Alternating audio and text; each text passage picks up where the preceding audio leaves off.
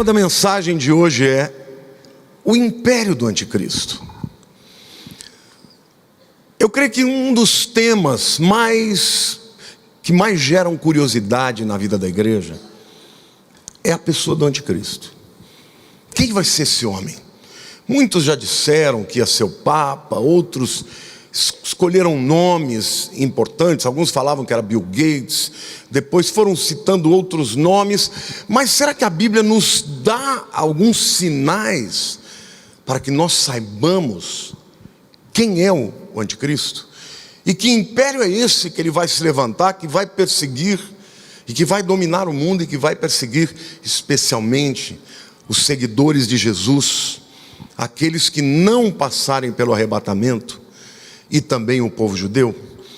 Hoje eu pretendo lhe dar algumas respostas, algumas dicas, para que eu creio que ele já está no mundo, mas essas dicas vão nos ajudar a decifrar quem ele é, porque no momento que ele se levantar, as coisas vão começando a ficar mais claras, e eu creio que a igreja que vai ser arrebatada, antes de ser arrebatada, vai ter muita convicção de que seja ele. Isso vai gerar uma grande santificação, uma busca pelo Senhor. Eu quero começar falando sobre o império do anticristo profetizado. Lá em Apocalipse, capítulo 17, nos versículos 8 a 12, nós temos uma dica muito importante, eu quero que vocês acompanhem comigo. A besta que viste, no livro de Apocalipse, ele é chamado de a besta. O apóstolo Paulo é que chama de anticristo, mas o apóstolo João chama de a besta. Aliás, ele fala de duas bestas. Quem é o anticristo? É a besta que surgiu do mar. A outra é uma besta que surgiu da terra. A besta que viste era e não é. Está para emergir do abismo e caminha para a destruição. E aqueles que habitam sobre a terra, cujos nomes não foram escritos no livro da vida desde a fundação do mundo, se admirarão, vendo a besta que era e não é, mais aparecerá. Bom, antes de mais nada eu quero explicar aqui. Besta é uma palavra que no grego therion fala de um animal muito feroz, que tem poder para matar. Um leão, por exemplo, pode ser chamado de uma besta, ou qualquer outro animal predador pode ser chamado de uma besta. O texto mostra que ele surge do abismo. Abismo no grego é abismos, literalmente isso.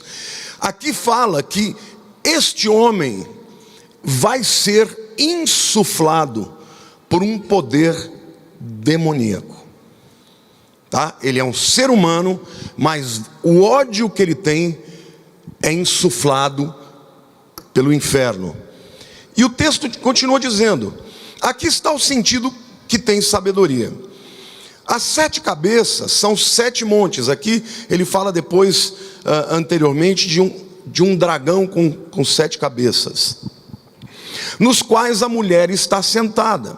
São também 7 reis, dos quais caíram 5, um existe e o outro ainda não chegou. E quando chegar, tem de durar pouco. E a besta que era e não é, também é ele, o 8º rei, e procede dos 7, e caminha para a destruição. Aqui também merece uma explicação. Como o próprio texto diz que as 7 cabeças são 7 montes, muitos identificaram este império como sendo o império de Roma. Alguns até afirmavam que era o Papa. Por quê? Porque Roma é a cidade das 7 colinas, dos 7 montes. Mas Istambul também tem 7 montes. Então, na verdade, eu não penso que esteja falando de uma cidade especificamente, porque na Bíblia, monte fala de autoridade, de poder, de 7 lugares de autoridade e poder. E aí ele diz mais: são 7 montes nos quais a mulher está sentada. Aqui está o sentido: A mulher aqui é a figura de uma prostituta. A Babilônia também é uma figura espiritual. O que o texto diz? São 7 reis dos quais... Aqui está uma dica importante. 7 reis, diga assim, 5 já caíram. Tá? Um existe, diga, o que existe é no tempo de João. Quem está escrevendo aqui é o apóstolo João, por volta do ano 95 depois de Cristo. Então ele está dizendo que 5 impérios já caíram. O 6º império, nós sabemos qual é. É o império que dominava no período de João. Que império é esse? Romano. Então ele diz, 5 já caíram. Um existe, o Império Romano, e o outro ainda não chegou no tempo dele. Tá? Para João estava no futuro, eu creio que para nós está no presente. E ele diz, e quando chegar, tem de durar pouco. E a besta que era e não é, também é ele, o 8º rei, e procede dos 7, e caminha para a destruição. Aqui tem algumas revelações interessantíssimas.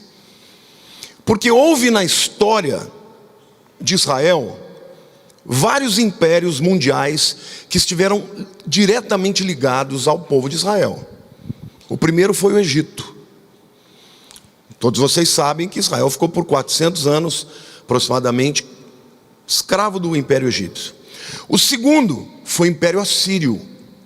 O Império Assírio é aquele império que invadiu as 10 tribos do norte no ano de 722 e levou cativo 10 das tribos de Israel, e elas nunca mais voltaram. O reino do norte deixou de existir. Primeiro, então, diga egípcio. Segundo, diga assírio. Terceiro é o babilônio, ou babilônico, de Nabucodonosor, que entra e destrói Jerusalém e leva cativo o povo de Israel para a Babilônia por 70 anos. O quarto é o Império Medo-Persa. Vocês sabem que no ano 539, Ciro entra, enquanto Belsazar está lá fazendo um banquete de 7 dias, bebendo, enchendo a cara com todo mundo. Ciro desvia o curso do rio Eufrates e entra por debaixo das muralhas inexpugnáveis da Babilônia, e num dia ele é destruído. Então quem sucedeu os babilônicos foram os persas, também chamados na Bíblia de Medo-Persas, porque a Média e a Pérsia eram aliançadas. O rei Dario, de quem Daniel ficou muito amigo, era Medo. Ciro e outros reis que governaram lá são persas. Então diga, primeiro, Egito. Segundo, assírio. Terceiro, babilônico. Quarto, Medo-Persa. Quinto, Grécia. Durante muitos anos, se você for ler na história, você vai perceber que houve as chamadas guerras persas, em que Grécia e Pérsia combatiam. Até que por final, Alexandre o Grande, no ano 332 a.C., destrói os persas, e ali começa o Império Grego. O Império Grego não era só onde a Grécia hoje. Onde a Grécia existe hoje era chamada de Macedônia. Grécia, o Império Grego, envolvia também a Turquia de hoje. Aliás, no hebraico a palavra Grécia é Yavan. E Yavan é uma região da Turquia. Então quando a Bíblia fala de Grécia, não está falando da Grécia de hoje, está falando da Grécia daquele tempo. Quando Alexandre o Grande, depois de 12 anos, conquista o mundo, 4 dos seus generais dominam e dividem o espólio. E até o ano de 167 a.C., eles dominam sobre a Palestina e sobre o resto do mundo. No ano 117, Antíoco Epifanes, um dos generais, líderes, né, não daquele tempo de Alexandre o Grande, porque já passaram muitos e muitos anos. Ele entra em Jerusalém e ele, para afrontar o povo de Israel, ele bota uma estátua de Zeus dentro dos santos e sacrifica um porco. E para o povo de Israel, o porco é o animal mais imundo. Então, é isso que Jesus se refere ao abominável da desolação, que Daniel também citou, profetizando muito depois do que aconteceria.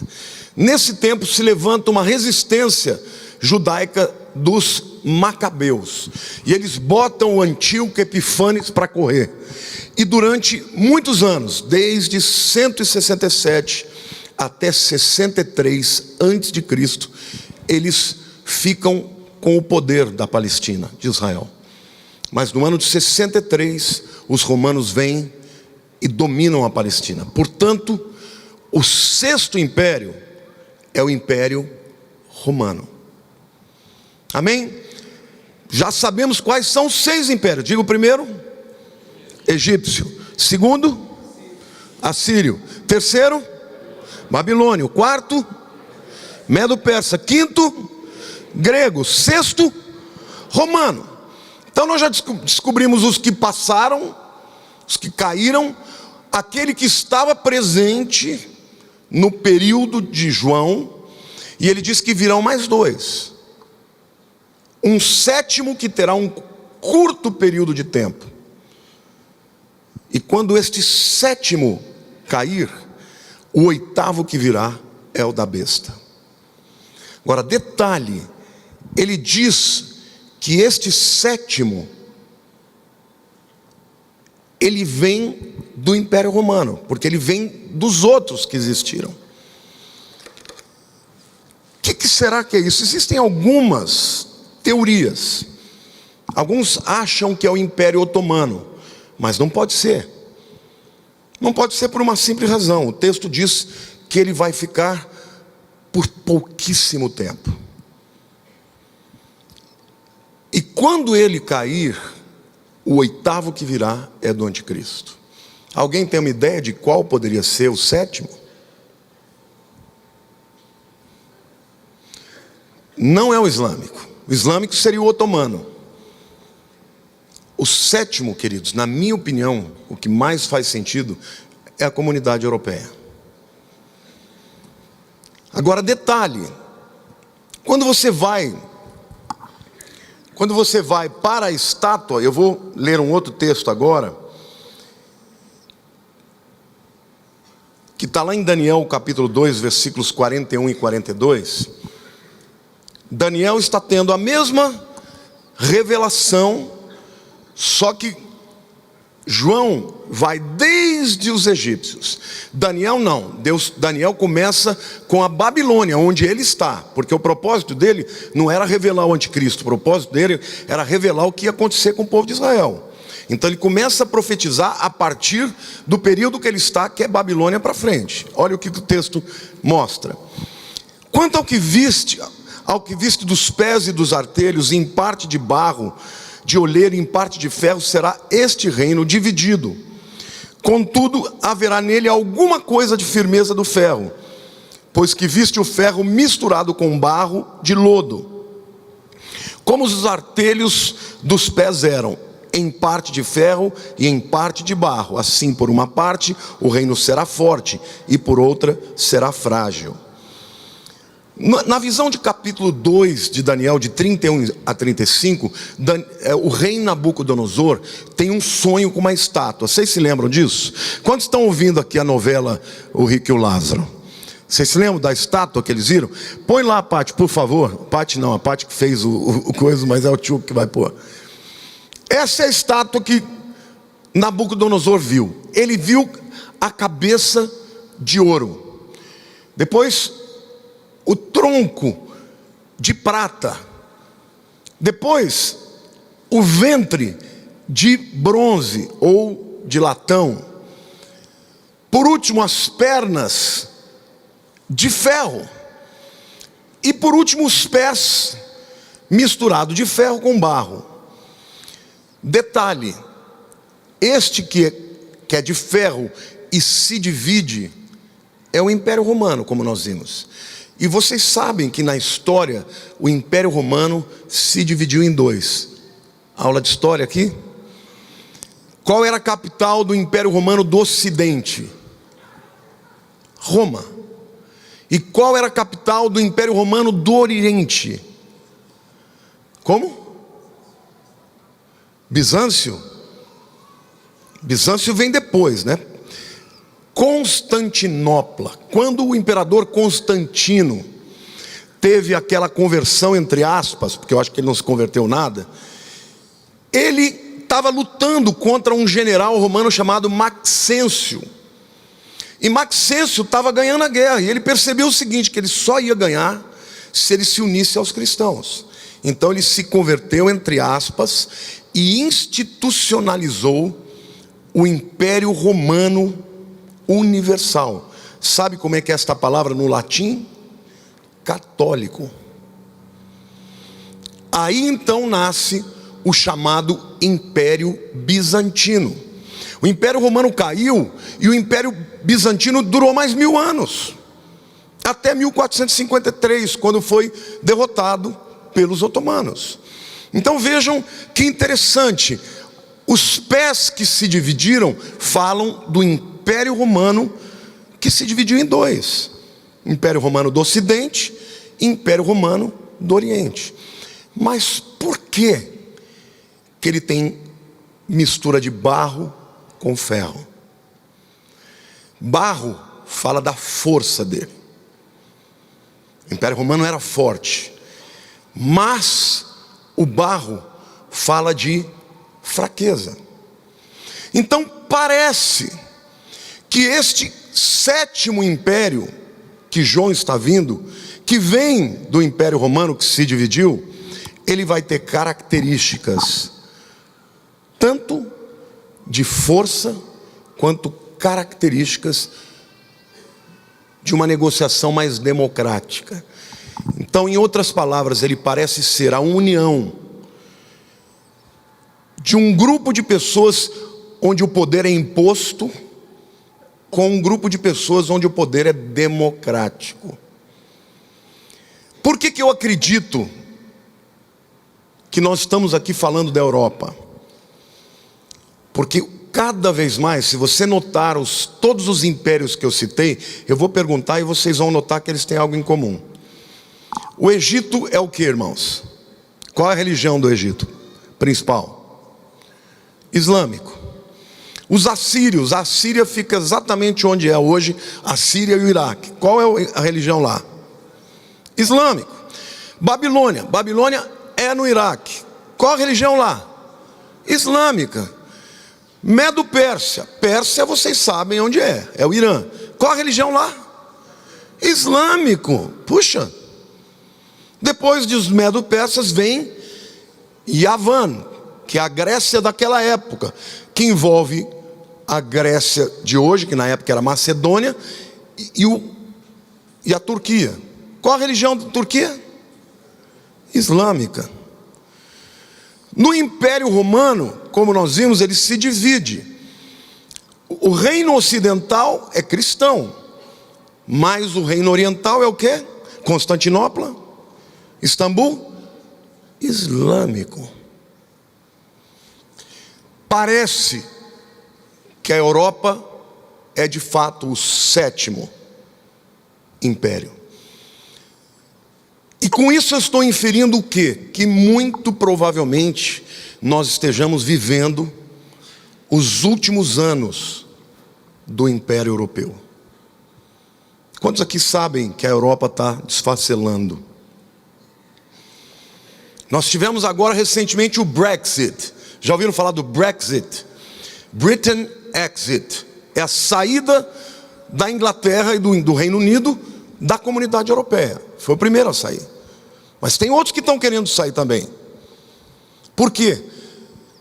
Porque fica pesado, e a afirmação deles na verdade são duas as principais razões para a Inglaterra ter saído. Primeiro, a política em relação aos refugiados que a Europa adotou. Segunda, questão econômica. Algumas nações se queixam de estar tendo que bancar a quebradeira das outras nações. Então, na minha opinião, nós estamos vivendo os últimos anos, e a comunidade europeia, enquanto uma unidade econômica, com a mesma moeda, na minha opinião, daqui para diante nós vamos ver o desfacelamento e a não existência mais.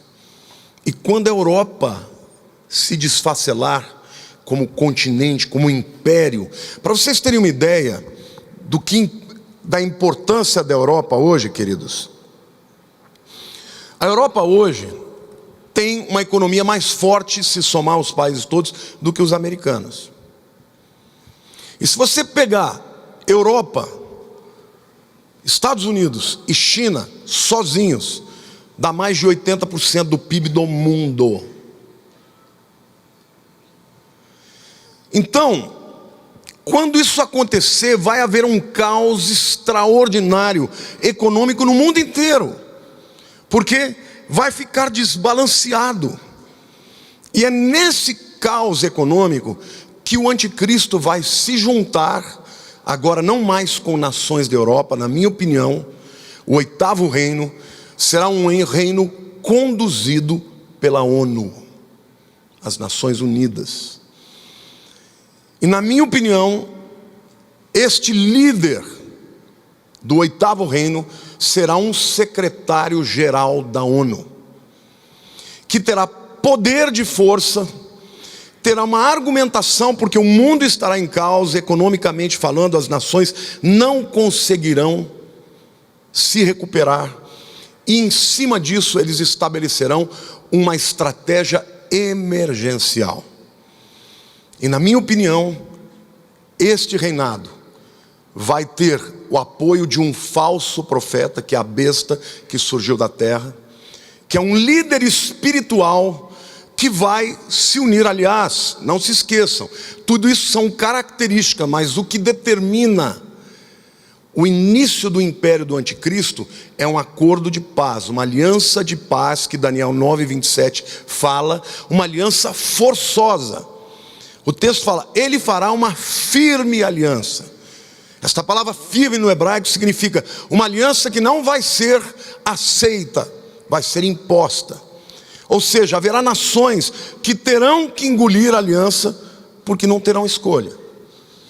E este líder, que será o mentor ou o gestor desse novo império, que pretensamente trará paz e tentará recuperar o problema econômico do mundo.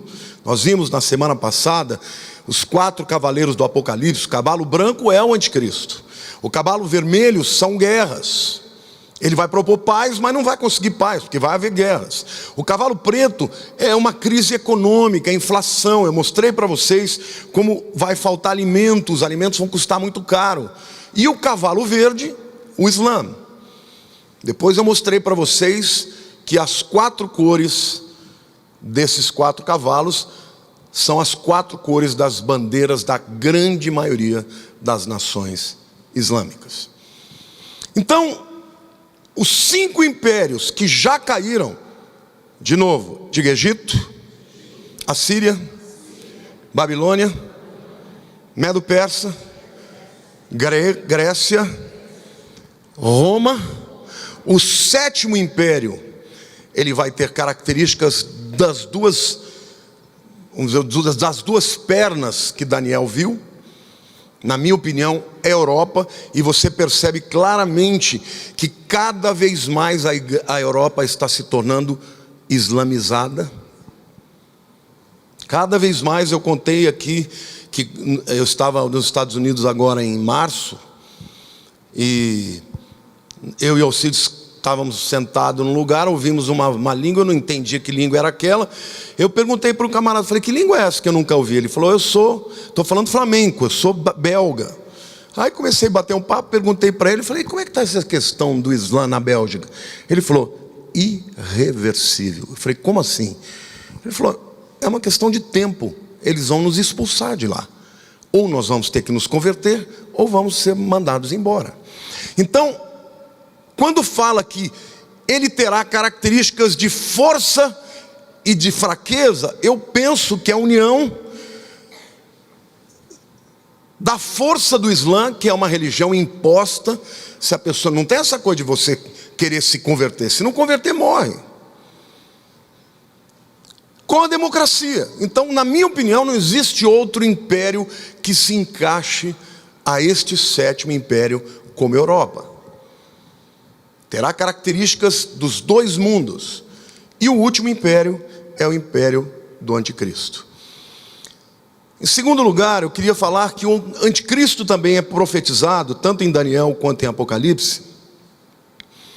E o texto de Apocalipse 17:12 diz assim: os 10 chifres que viste são 10 reis, os quais ainda não receberam reino, mas recebem autoridade como reis com a besta durante 1 hora.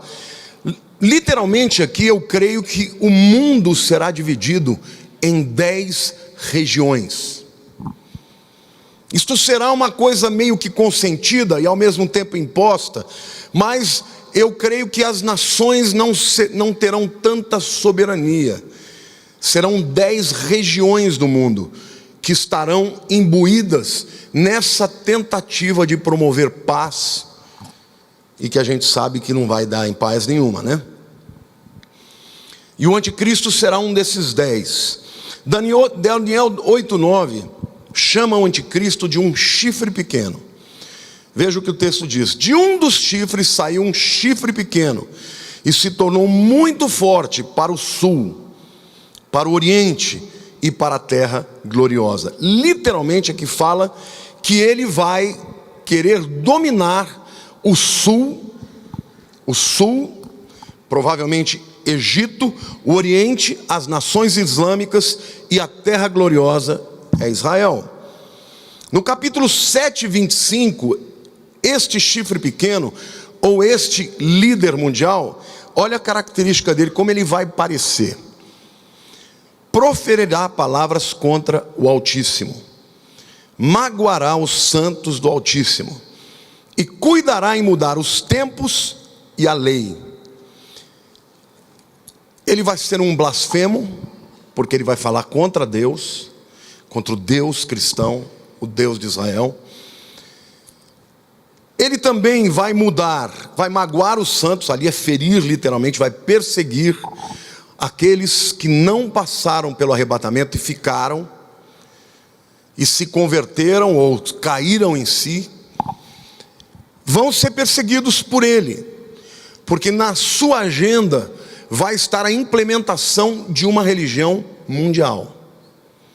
A gente não pode afirmar ao certo qual é, mas muito provavelmente a religião islâmica. Por que eu estou dizendo isso? Porque a Bíblia diz: ele cuidará em mudar os tempos. Aqui literalmente é mudar o calendário, porque o calendário do mundo ocidental é o calendário gregoriano. Mas você sabe que chineses não usam o mesmo calendário, judeus não usam o mesmo calendário, e muçulmanos também não usam o mesmo calendário. Então ele implanta...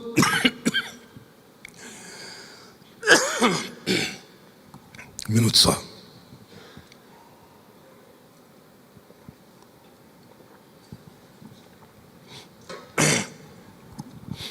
Ele vai implantar... Impressionante, desde que eu comecei a falar sobre Nova Era, toda vez que eu vou falar desse fulano, alguma coisa acontece. Isso é uma guerra espiritual, irmãos, mas eu não vou me calar. O que vocês estão recebendo aqui é ensino da palavra profundo. E o tempo diz que ele vai mudar os tempos, o calendário e a lei. Quantos aqui já ouviram falar na Sharia? Vocês sabem que no ano de 1923, o Império Otomano, que por mais de 400 anos dominou em toda aquela região, ao final da Primeira Guerra, porque os árabes, todo enquanto grupos de povos nômades, eles combateram ao lado de Hitler. Por quê? Porque Hitler odeia judeu e eles também odeiam judeu. Mas a Segunda Guerra, quem ganhou foram os aliados. E quando eles perderam, o Império Otomano recebeu um golpe mortal. Na Palestina, por exemplo, no ano de 1917, quem chegou e dominou foram os ingleses. Vocês sabem que o general Allenby, quando invadiu Israel, os aviões jogavam panfletos pedindo para que eles se rendessem, sem lutar. E aconteceu uma coisa muito interessante, isso é real, irmãos, eu já vi documentários falando disso. O nome dele é Allenby, o general que comandou as forças britânicas na entrada, na tomada de Jerusalém em 1917. Estava escrito em árabe, porque o povo que morava lá era árabe. Eles liam Allenby, Allah Nebi. Allah é Deus, Nebi é profeta. Imagina um povo que nunca viu avião na vida. O avião estava começando a existir. Começa a ver avião sobrevoando, jogando um panfleto escrevendo: profeta de Alá, rendam-se. O povo se rendeu inteiro. Não teve guerra, irmãos. E de uma hora para outra, um império de 400 anos cai. Na Europa, eles foram dominados porque perderam a guerra. E na Terra Santa, eles perderam o poder para a Inglaterra, que ficou de 1917 até 1967, por 50 anos, dominando a Palestina. Mas em 67, na verdade, eles ficaram até 48. Em 48 nasceu, vamos dizer assim, o Estado de Israel, mas Jerusalém, só em 67 foi trazida de volta para o povo judeu. Bom, o que aconteceu com essas nações todas? Como quem ganhou a guerra, quem ganha a guerra é que divide os espólios, quem determinou quem ia ficar com o quê foram os ingleses, os americanos e os franceses. E também a Rússia. Mas os que tiveram maior influência sobre as nações árabes foram os ingleses e os franceses. E é por isso que existem tantas nações árabes que falam francês e falam inglês. Quando caiu o Império Otomano, desde aquele tempo, entrou Ataturk na Turquia, e ele estabeleceu um Estado democrático. A Turquia floresceu, se tornou a Constantinopla uma cidade riquíssima, belíssima, ocidental, livre. Você só sabe que é muçulmana porque tem lá muitos minaretes, 2.000 mesquitas lá. Mas nós somos em 2000, que ano que nós somos, bem? Acho que 2010 nós fomos para lá. Tranquilo, aquele país totalmente ocidental. Mas agora, vocês sabem, entrou um homem chamado Erdogan. E o sonho do Erdogan é voltar a criar um califado, um Estado muçulmano radical. E ele tem perseguido muitos cristãos, tem permitido que muçulmanos radicais ataquem igrejas, façam atentados, e recentemente ele recebeu poderes totais, por eleição. Mas a gente sabe que hoje ele tem poder sobre o governo, os 3 poderes, sobre o Congresso e sobre o Judiciário. Ele está acima da lei. E o objetivo dele é, juntamente com diversos outros islâmicos, formar um califado. Se esses camaradas crescem e dominam, se o anticristo for um deles, e muito provavelmente será um ocidental, com cara de ocidental, mas cuja agenda e propósito é estabelecer o Islã. Ele mudará os tempos, diga calendário, e as leis, diga Sharia. E vai perseguir a quem? A todos aqueles que não aceitarem. Porque o Islã deixa claro sobre isso, que no final todos eles esperam uma guerra em que o mundo vai ter que se dobrar diante do Islã, por bem ou por mal. E agora eu quero, portanto, falar do Islã e os últimos dias. Eu vou ler para vocês aqui alguns versículos chamados de suras, que estão no Corão, em outros textos sagrados do Islã. O primeiro está lá em Sura 9, 29. Lutem contra aqueles que não acreditam em Alá, nem no último dia, porque eles também creem no último dia, quando todo o Islã vai vencer a guerra, né? Nem se afastam daquilo que é proibido por Alá e seu mensageiro, nem reconhecem a religião da verdade, mesmo que eles sejam parte dos povos do livro. Quando no Corão fala dos povos do livro, está falando de quem, irmãos? Quais são os povos da Bíblia? Israel e os cristãos. Mesmo que eles sejam parte dos povos do livro, até que eles paguem a jizya. Jizya é aquele imposto que eu disse para vocês, que é prefigurado no Islã, em que uma nação que é dominada por Islã, o indivíduo que não se converte tem que pagar imposto, chamado jizya. Até que eles paguem a jizya com submissão voluntária e se sintam subjugados. Então, o que eles estão recebendo de ordem? Lutem contra aqueles que não acreditam em Alá. Vocês acreditam em Alá? Então, se vocês ficarem aqui, vocês vão ter uma luta contra esse grupo. Sura 27, 82 diz assim: e quando a palavra é cumprida contra eles, os injustos, nós produziremos da terra uma besta para enfrentá-los. A mesma palavra. Ele irá falar a eles, porque a humanidade não creu nos nossos sinais. É muito surpreendente saber que os islâmicos também acreditam no final dos tempos. Eles também acreditam no final dos tempos. Só que para eles, é muito importante que você entenda isso, porque tem muita gente aí achando que os islâmicos creem em Jesus. O Isa, que eles creem, é um muçulmano radical, que não morreu na cruz.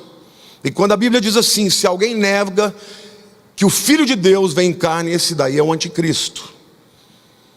Eles negam que Deus se tornou carne. Eles dizem que Isa é um profeta, e ele virá para ajudar Alá a fazer a jihad, que é a guerra santa dos últimos dias.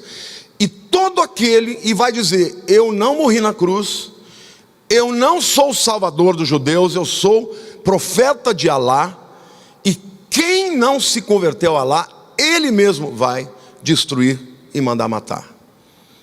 Então, o Jesus do Islã não é o Jesus da Bíblia. Porque o Jesus da Bíblia é filho de Deus, ele nasceu e ele morreu na cruz para nos salvar, amém? E ele voltará, glória a Deus.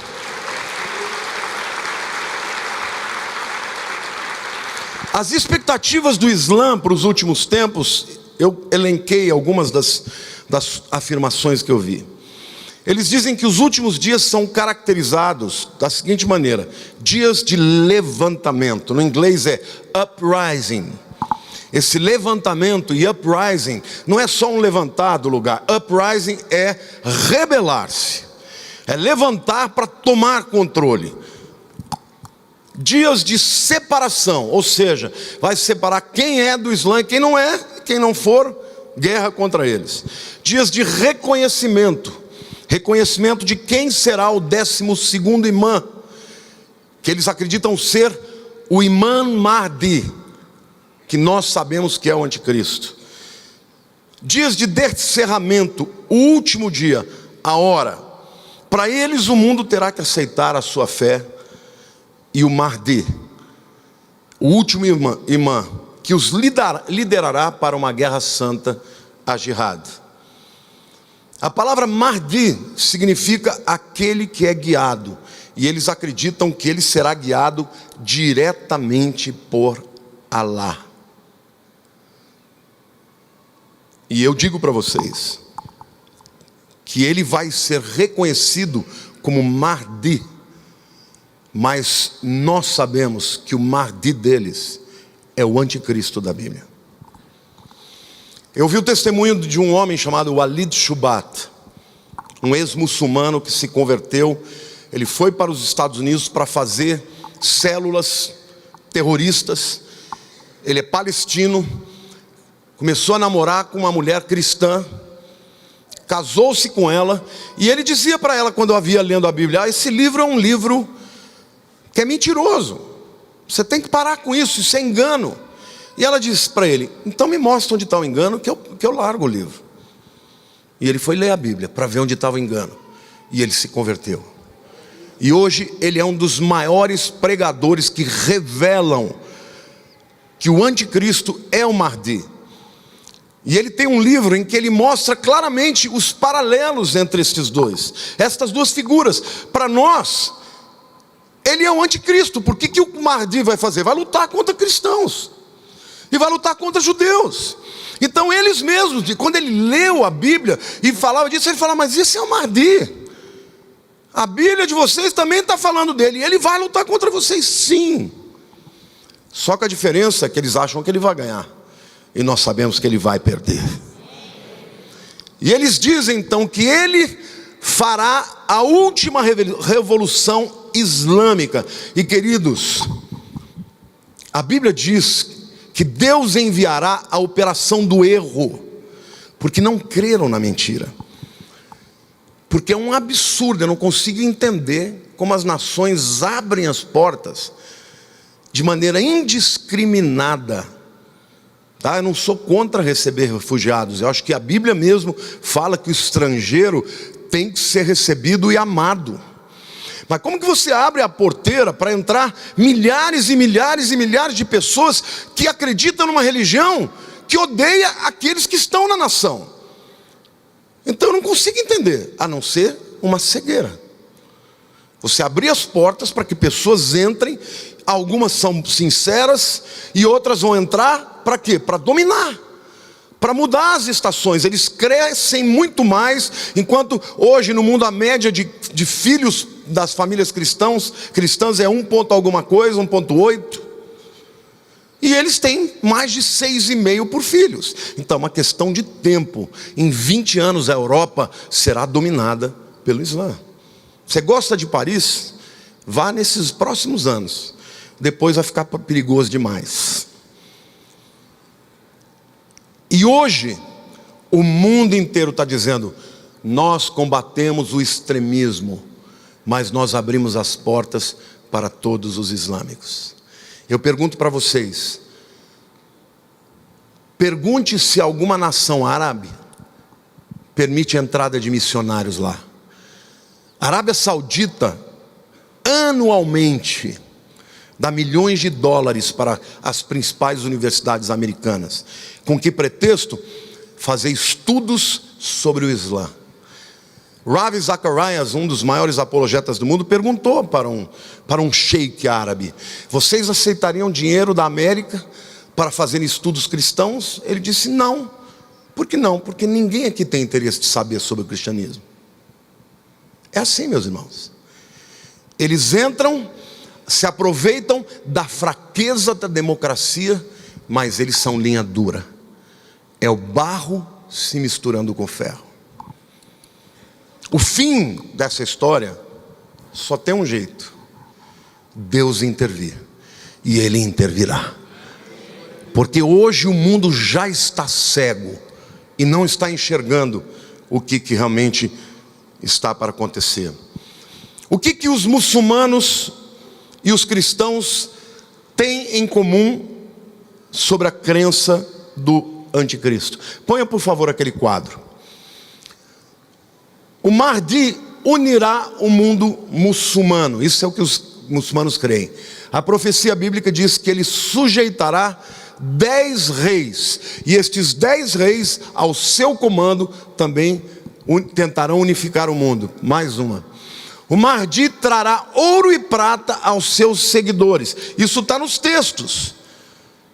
A Bíblia diz, Daniel profetizou: honrará com ouro e prata um Deus que seus pais não cultuavam. Tá? Por que os pais não cultuavam? Porque ele provavelmente será de origem cristã, mas assumirá a religião muçulmana. Terceiro lugar, o Mahdi governará por 7 anos. Não é interessante isso? Eles dizem que esse domínio será de 7 anos, até que depois disso virá o tempo final, o juízo final. E a Bíblia diz que o acordo do anticristo fará de paz forçadamente por 7 anos. Próximo. O Mahdi irá dominar a Turquia. E Daniel diz que o reino do norte de Israel, é Turquia, fará guerra contra ele. Aqui eu quero dizer para vocês que alguns teólogos dizem que o anticristo será da Turquia. Ele não será da Turquia. Ele fará guerra com o Mahdi. E eu entendo aqui que esta guerra será a guerra dos xiitas contra os sunitas. Em outras palavras, a Turquia será invadida pelo Mahdi, ou seja, uma guerra de muçulmano contra muçulmano. E a gente sabe que desde que Maomé morreu e que nasceram as duas correntes mais importantes, xiitas e sunitas, eles guerreiam. Guerra de Iraque e Irã em 80, 81, o que foi? Irã, xiita, Iraque, sunita. A guerra que está acontecendo hoje no Oriente Médio é basicamente isso. Por que os americanos se juntaram com os sauditas e soltaram o Abu Bakr al-Baghdadi, que é o camarada, que é o líder desse Estado Islâmico? Por quê? Porque eles estavam com medo do avanço dos xiitas do Irã no Iraque e na Síria. Então nasceu o EL, que é o Estado Islâmico, que recebe armas de alto poder bélico. De quem? Dos Estados Unidos, que permite. Queridos, como é que você explica os americanos errarem? Recentemente foram bombardear o que eles chamavam de Estado Islâmico, bombardearam o outro. Bombardearam os exércitos do Bashar al-Assad, que são ligados ao Irã. Então você acha que o americano vai errar alvo? Matar mais de 80 soldados e fala, errei, foi sem querer. Que sem querer? Essa guerra tem um pano de fundo. Para os islâmicos é xiita contra sunita, mas para os ocidentais são os americanos e os sauditas, a Arábia Saudita, que odeiam o Irã. Vocês não sabiam que os sauditas odeiam mais o Irã do que Israel? Então ele fará guerra. O Mahdi vai lutar contra a Turquia. O Erdogan está querendo ser ele o que vai unificar todas as nações islâmicas, mas não será ele. A maioria dos muçulmanos acredita que o Mahdi virá do Oriente. Daniel afirma que ele crescerá para com o leste. Se você observar, quando a Bíblia fala que o rio Eufrates vai ser seco, hoje o rio Eufrates começa na Turquia, e ele tem uma barragem lá. Se aquela barragem for fechada, o rio Eufrates seca. E pelo leito do rio Eufrates, os exércitos do anticristo virão para combater Israel. E tem muitos outros paralelos na Bíblia que mostram que a guerra que vai acontecer nesse período de tribulação, vão ter várias guerras separadas. Serão guerras por domínio, serão guerras financeiras, serão guerras religiosas, e o anticristo, ele terá um propósito maior do que todos, porque ele estará dominado pelo próprio Satanás, que é destruir a Terra Santa. Satanás, como grande invejoso de Deus, ele quer tudo que Deus tem. Porque Deus ama Israel, Satanás odeia Israel. Então, para terminar essa palavra, eu quero dizer para vocês que eu creio nós estamos vivendo nos dias que antecedem esse levantamento. Não tenho medo de ousar a dizer que nos próximos anos, 10 anos talvez, você presencie o final da comunidade europeia como existe hoje. A crise econômica mundial só vai piorar, não vai melhorar. Porque é necessário que haja esse caos econômico, caos espiritual. Em 92, quando eu fiz um evento sobre Nova Era, eu falei de coisas lá atrás que a gente nem sonhava e que hoje estão se cumprindo. Queridos, nós estamos vivendo os últimos dias. Olhe para a pessoa do teu lado e diga assim: prepara o teu coração, porque a trombeta está para tocar. Eu creio que os anjos já estão perfilados assim, ó, já com a trombeta assim, ó. Só está faltando Deus dar ordem, e os crentes de verdade vão ouvir um berro, um grito, um chamado, e a trombeta tocará, e a igreja subirá. E este oitavo reino se levantará de uma forma poderosa. Quando você sabe que para que você enfraqueça as nações, você tem que gerar o caos. Então, todo esse caos econômico, caos social, fomes, guerras em todos os lugares, são necessárias para que o império mundial do anticristo se levante. E na minha opinião, o oitavo reino será o império do anticristo. Vamos recapitular. Primeiro império, egípcio. Segundo, assírio.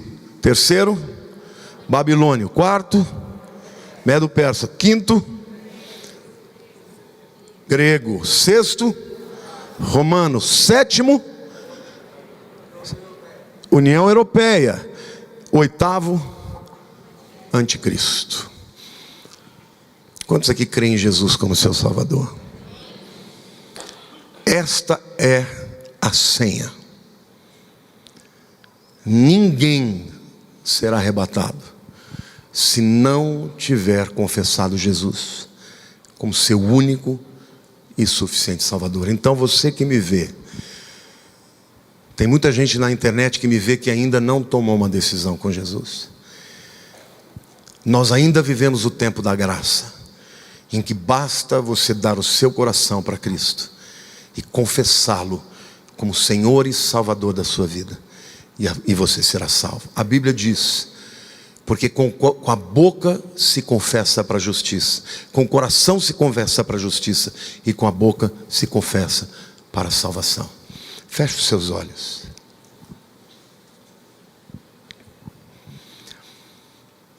Eu não sei se você entrou aqui hoje e ainda não tem certeza da sua salvação, não tem certeza que confessou Jesus como seu Senhor e Salvador.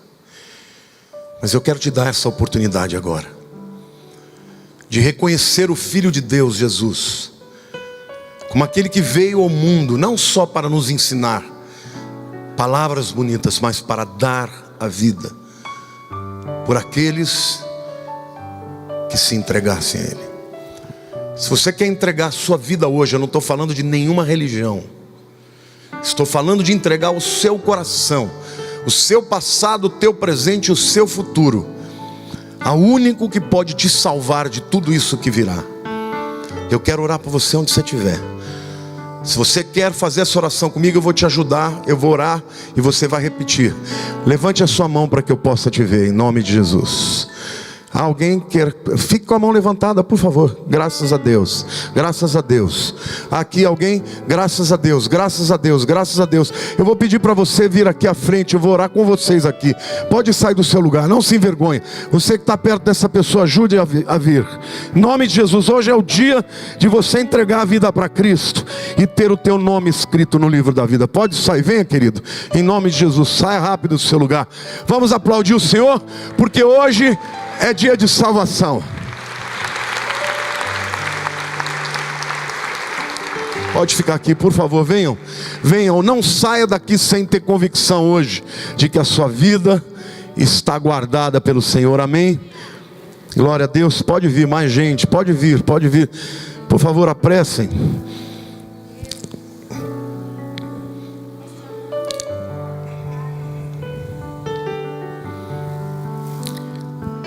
Sabe o que a Bíblia diz? Que há alegria no céu quando uma alma se entrega. O que vocês estão fazendo aqui vai mudar não só o destino para esta vida, mas para a vida eterna. Não é uma religião, mas é o Filho de Deus. Pode vir, eu estou esperando muita gente vindo se entregar a Jesus. Hoje é dia de festa. Igreja, aplauda o Senhor.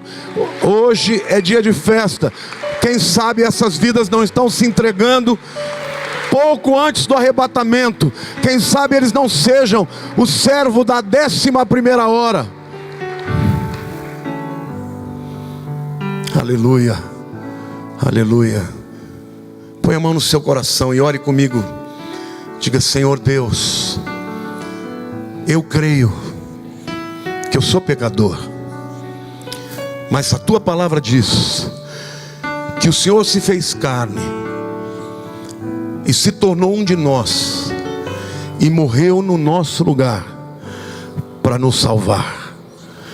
Perdoa os meus pecados, escreve o meu nome no livro da vida.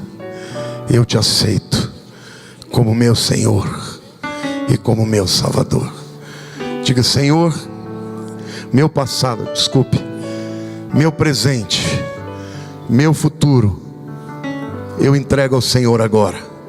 Receba-me, Senhor, porque eu te confesso hoje como meu único e suficiente Salvador. Aleluia, glória a Deus. Deus abençoe, minha querida. Aleluia.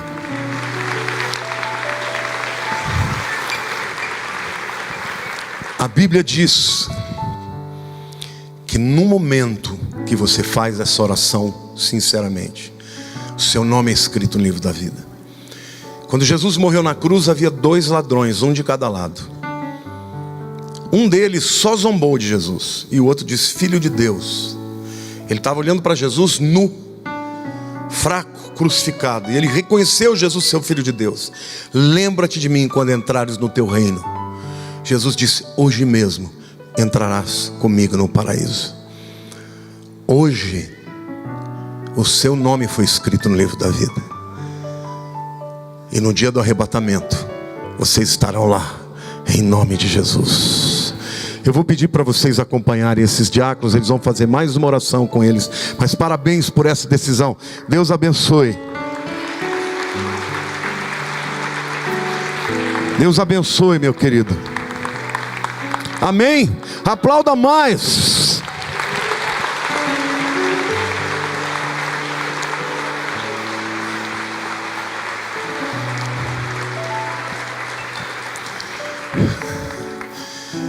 A Bíblia diz que há alegria e festa no céu quando uma alma se entrega. Mas eu quero pedir para você, como igreja, agora ficar de pé no seu lugar.